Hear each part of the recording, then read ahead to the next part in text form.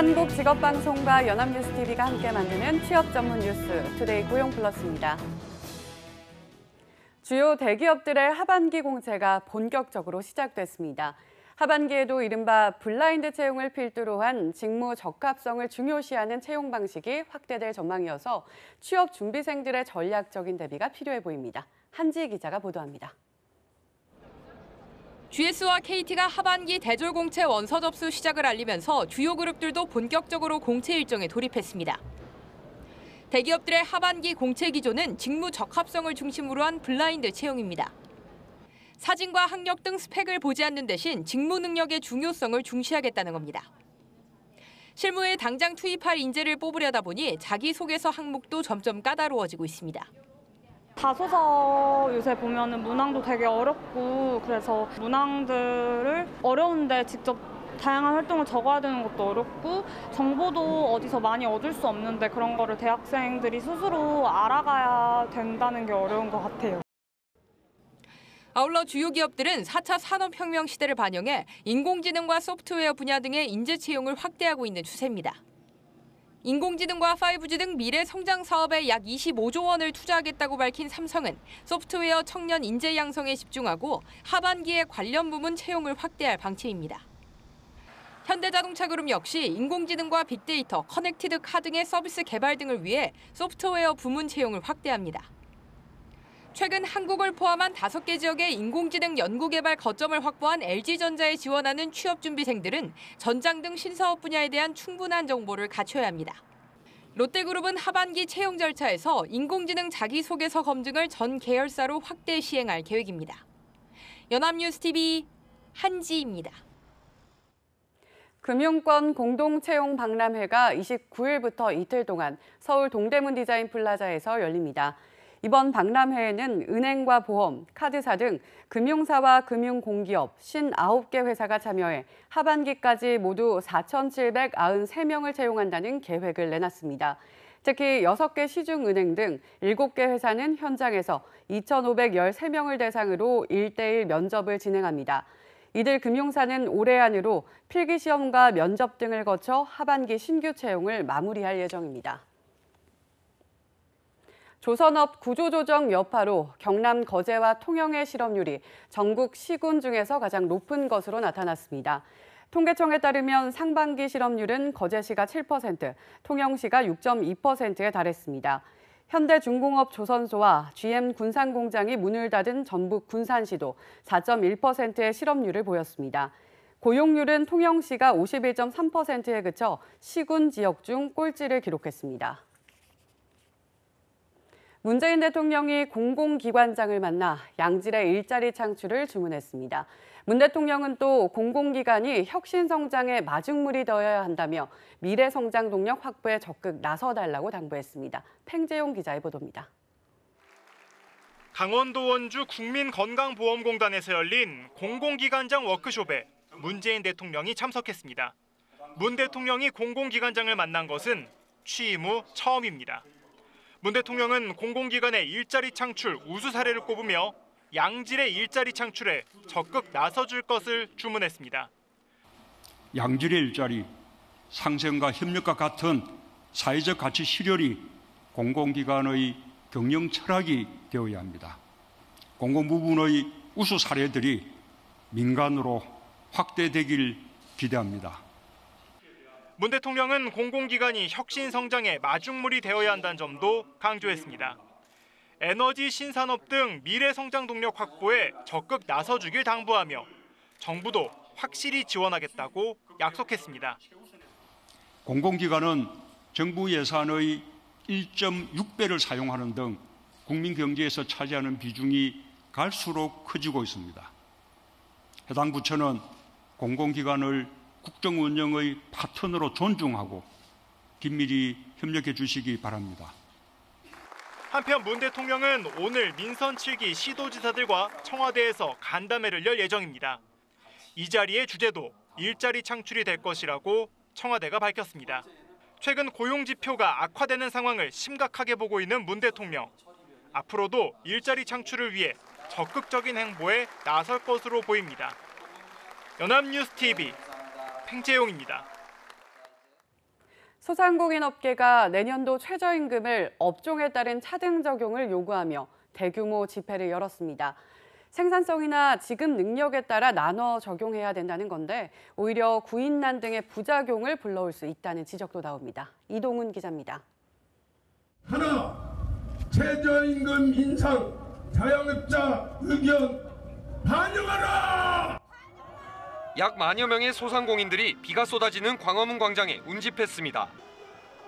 내년도 최저임금은 지불 능력을 벗어나 책정된 만큼 해답은 업종별 차등 적용에 있다고 주장했습니다. 5인 미만 사업장 금액을 소상공인 업종 최저임금 차등화 적용 방안과 관련된 구체적인 실행 계획을 제시해야 합니다. 학계에서도 현금성 지원만 고수하는 것은 본질을 벗어난 정책이라는 목소리가 높습니다. 업종별 생산성 차이나 지역의 여건을 고려하지 않은 채로 일괄적으로 최저임금을 급격히 올리게 되는 경우에는 실제 저소득층에 해당되는 고용주들이 어려움을 겪으면서 하지만 차등 적용이 능사는 아니라는 지적도 나옵니다. 저임금 사회를 벗어나자는 최저임금의 취지를 무색하게 할 뿐만 아니라 임금이 높게 적용되는 곳으로 인력이 쏠리는 부작용이 생길 수 있다는 겁니다. 결국 동일한 시간을 일하고도 더 낮은 임금을 받게 되는 것인데 불만이 많게 될 뿐만 아니라 그 영역에서 구인난에 처할 가능성이 높습니다. 전문가들은 소모적인 의견 대립이 반복되는 상황에서 정부가 무조건 안 된다는 입장을 취하는 것보다는 논의의 장을 열어야 한다고 입을 모았습니다. 연합뉴스TV 이동훈입니다. 출생아 수가 계속 줄어들면서 최근 1년 사이 유치원생과 초중고교생이 16만 명 가까이 감소한 것으로 나타났습니다. 다만 다문화 가정 학생들은 1만 명 이상 증가했습니다. 강은나래 기자입니다. 교육부와 한국교육개발원이 발표한 교육 기본 통계를 보면 지난 4월 기준 유치원과 초중고교생 수는 630만 명, 1년 전보다 16만 명 가까이 2.5% 줄었습니다. 저출산에 따른 학령 인구 감소입니다. 특히 고교생 수가 7.9% 줄었습니다. 다만 초등학생은 1.4% 늘었는데 지난 2010년 백호랑이 해와 2012년 흑룡해 당시 출산 열풍의 일시적인 영향으로 교육부는 분석했습니다. 6년 연속 증가세를 보이고 있는 다문화 가정 학생 수는 1년 사이 12% 또 늘었습니다. 국제 결혼을 통해 국내에서 출생한 경우가 10명 중 8명이었습니다. 전체적인 학생 수 감소에도 학교와 교원 수는 늘었습니다. 신도시 개발이 이루어지는 곳들을 중심으로 학교 29곳이 더 지어졌고 교원 수도 4천여 명, 0.8% 증가했습니다.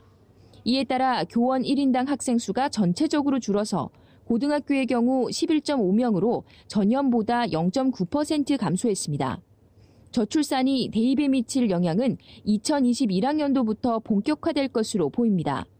현 고1 학생들을 대상으로 하는 2021학년도 대학 입시에서 지원자 수가 정원보다 7만 명가량 적습니다. 정부는 최근 대학 기본역량 진단평가를 통해 역량강화대학과 재정지원 제한대학을 지정 내년에 정원 2만 명을 감축하도록 했습니다. 연합뉴스TV 강은나래입니다. 서울에 집이 필요한 가구는 180만 가구가 넘습니다. 정부는 경기도의 그린벨트 해제를 통해 공급을 늘린다는 계획이지만 쉬운 일이 아닌데요. 역설적이게도 정부의 각종 부동산 규제가 공급을 막은 상황이 됐습니다. 배삼진 기자가 살펴봤습니다. 올해 서울에서 재건축 추진이 가능한 아파트는 10만 3천 가구가 넘지만 대부분 안전진단 강화와 초과이익 환수제 추진으로 발목이 잡혔습니다. 곧바로 추진해도 5, 6년이 걸리는데 정부의 규제로 10년간은 사업이 꽁꽁 막혔습니다. 이렇다 보니 사업이 가능한 일부 고가단지들은 임대주택과 일반 분양이 거의 없는 1대1 재건축 추진 움직임을 보이고 있습니다. 기존 단지와 비슷한 규모로 재건축하는 형태로 초과이익 환수제를 피할 수 있고 고급 주택단지화가 가능해 재산 가치가 커집니다. 재건축을 하게 되면은 임대주택을 포함해서 전체 30% 정도 공급이 늘어나는 효과가 있는데요. 1대1 재건축은 공급 확대 효과가 미미할 수밖에 없습니다. 다주택자들의 임대업 등록 증가도 매물 품귀의 요인입니다. 상반기 임대업 등록자 수는 7만 4천 명으로 등록한 주택 수도 17만 채가 넘습니다. 70% 이상이 서울과 수도권에 몰려 있습니다. 각종 세제 혜택에 목 좋은 주택을 장기간 보유할 수 있다는 이점이 있어서 선호하는데 문제는 매물이 줄어드는 효과가 있습니다. 정부는 수급 불균형을 해결할 수 있는 주택 보급률을 110%로 보고 2022년까지 추진할 계획입니다. 하지만 서울 주변에 대단히 수용 가능한 땅이 없고 그린벨트 해제도 서울시와 이견이 커 정부의 고민이 깊어지고 있습니다. 연합뉴스TV 배삼진입니다. 우리나라의 상조업체 대다수가 회비에 전적으로 의존해 장례 서비스를 제공하고 있습니다. 그만큼 자체 자본금이 부족하다는 얘기인데 내년 1월부터 상향된 자본금 기준을 맞추지 못한 업체들은 문을 닫아야 해 상조 대란이 우려됩니다. 한상용 기자입니다. 전국 관할 시도에 등록된 상조업체는 모두 156개. 이 가운데 자본금 요건 15억 원을 충족한 곳은 34곳, 22%에 불과합니다. 상조업체가 우후죽순 생기다 보니 자금력과 재무구조가 취약한 업체까지 난립한 겁니다.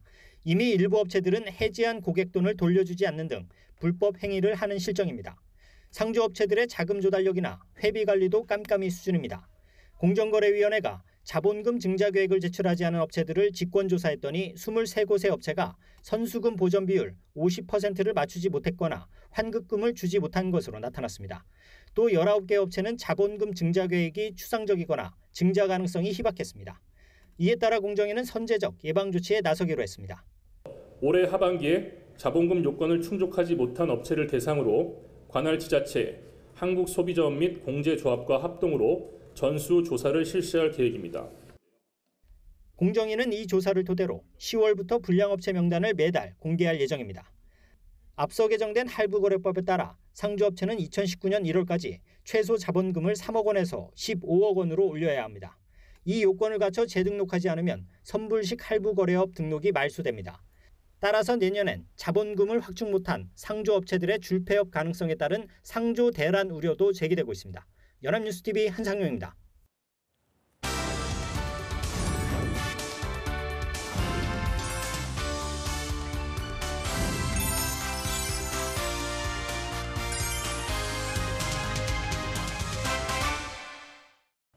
사회적으로 핫한 이슈를 키워드로 알아보는 핫키워드 시간입니다. 안치홍 아나운서 안녕하세요. 안녕하세요.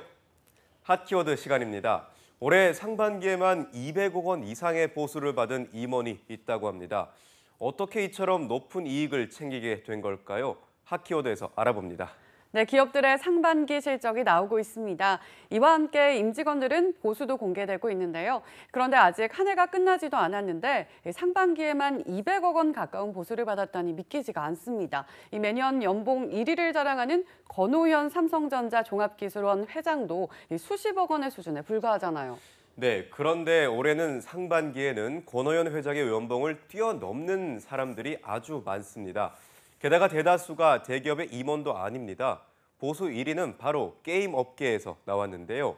금융정보 제공업체 FN가이드의 상반기 5억 원 이상의 보수를 받은 상장사 임직원 현황을 집계한 결과 올해 상반기에 가장 많은 보수를 받은 상장사 임직원은 W게임즈의 박신정 부사장이었다고 합니다. 상반기 보수 총액으로만 230억 9천만 원을 받은 거죠. 네, W게임즈라면 최근 주목을 받고 있는 게임 개발사이잖아요. 안정된 매출 구조를 보이고 있어서 증권시장에서도 인기 있는 회사 중 하나이기도 하다고 하는데요. 하지만 보수가 230억 원이 넘었다니 웬만한 중소기업의 연매출과 맞먹는 수준인데 어떻게 이렇게 높은 보수를 받을 수 있었던 건가요? 네, 그건 바로 스톡옵션 때문입니다. 실제 박신정 부사장의 급여는 1억 7,500만 원, 그리고 상여는 3억 5천만 원이었는데요. 지난 4월 W게임즈의 스톡옵션을 행사해서 그에 대한 이익으로 225억 6천만 원을 받게 된 거죠. 네, 스톡옵션이라면 기업이 임직원에게 자기 회사의 주식을 저렴한 가격으로 매수할 수 있는 권리를 부여하는 이른바 주식 매수 선택권을 말하는 거잖아요. 일부 기업에서는 스톡옵션으로 아예 연봉을 책정해 직원들에게 사기를 불어넣는 수단으로 사용하기도 하고요. 그렇습니다. 이 W게임즈의 경우에는 미국 소셜 카지노 업체를 인수하면서 카지노 게임을 개발한다는 발표와 함께 작년 말부터 올해 3월까지 주가가 크게 뛰었는데요. 이로 인해 자사 주식 37만 3,347주를 가지고 있었던 박신정 부사장이 다른 임직원들을 제치고 상반기 보수 1위의 임직원이 된 겁니다. 네, 박 부사장과 같은 회사를 다니며 W게임스의 창립 멤버이기도 한 김형진 W게임스 이사 역시 스톡옵션 행사 이익으로 76억 9천만 원을 번 덕분에 상반기 보수만 80억 7천만 원을 받아 상반기 보수 4위에 올랐다고 합니다. 네, 스톡 옵션으로 이렇게 높은 수익을 받을 수 있다니, 게다가 상반기에만 이 정도 보수를 기록했다는 점이 정말 놀랍습니다. 그렇습니다. 하지만 스톡 옵션으로 대박난 임원은 더 있습니다. 신라젠의 지성권 전 이사와 박철 전 사회이사가 바로 대표적인 예인데요. 신약 판매를 개시한 신라젠의 경우 올해 주가가 7배나 뛰며 스톡 옵션을 행사한 임직원들은 20배에 가까운 수익을 냈는데요. 이로 인해 지성건 전 이사의 경우 상반기 보수 총액은 103억 3천만 원, 박 전 이사는 98억 6천만 원으로 대부분이 스톡 옵션 행사로 얻어진 이익이었다고 합니다. 네, 그렇군요. 이렇게 스톡 옵션을 통해서 대박이 날 수 있다면 열악한 환경에서 시작하는 회사의 직원들이라도 이 회사의 이익을 내기 위해 정말 최선을 다할 것 같습니다. 그렇습니다. 그래서 스타트업 회사들이 몰려있는 실리콘밸리에는 연봉을 적게 받고 대신 스톡 옵션으로 보수를 받는 CEO들이 많아 1달러 클럽이라는 명칭까지 생겼을 정도인데요. 우리가 잘 아는 애플의 고 스티브 잡스, 구글의 레리 페이지와 세르게이 브린, 페이스북의 마크 저커버그도 모두 이 1달러 클럽의 멤버들입니다. 테슬라의 CEO인 앨런 머스크도 이 1달러 클럽 멤버인데요. 앨런 머스크의 경우 테슬라의 시가총액을 성장시킬 때마다 단계적으로 보너스를 지급받게 돼 모든 목표를 달성할 경우 받는 지급액이 558억 달러, 우리 돈으로 약 60조 원이라 될 전망이라고 말합니다. 와, 60조 원이라니 정말 놀라운 금액인데요. 우리나라에도 이렇게 스톡 옵션으로 보수를 받는 경우도 많은 편인가요? 네, 우리나라의 경우 주로 업무량이 많은 게임 업계나 신약 개발에 오랜 시간이 걸리는 제약, 바이오 업계가 스톡 옵션을 금전적으로 부담 없이 직원 사기를 높이는 데 효과적인 방법으로 쓰이고 있는데요.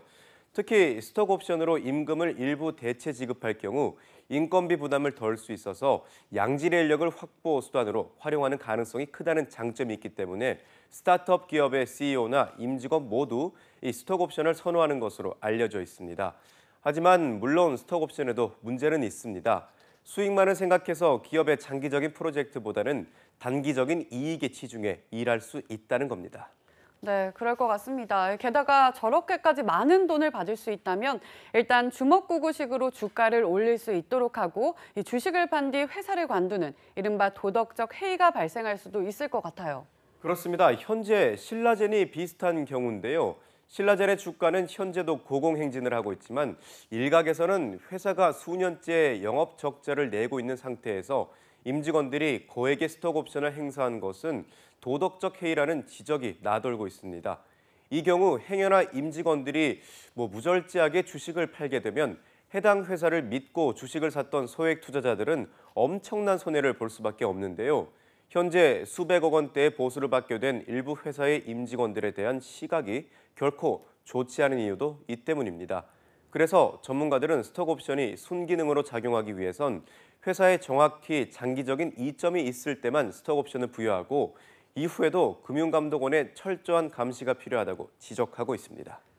네, 스톡 옵션을 직역하면 자산을 사고 팔 수 있는 권리를 당분간 가지고 있겠다는 뜻이 됩니다.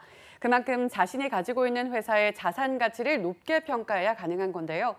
회사의 자산 가치를 단순히 돈으로만 보지 말고 장기적인 관점에서 발전시켜야겠다는 애사심과 책임감이 있어야만 스톡 옵션의 대박이 사회적으로 인정을 받게 될 것 같다는 생각이 듭니다. 지금까지 핫키워드 안치홍 아나운서였습니다. 고맙습니다. 고맙습니다.